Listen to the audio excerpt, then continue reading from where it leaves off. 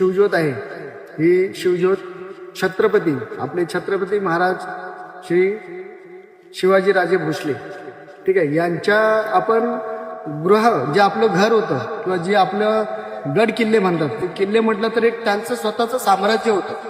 त्या साम्राज्य त्यांच्या घरातून ही ज्योत आपण आपल्या घरी घेऊन येणार, आपल्या गावात घेऊन येणार.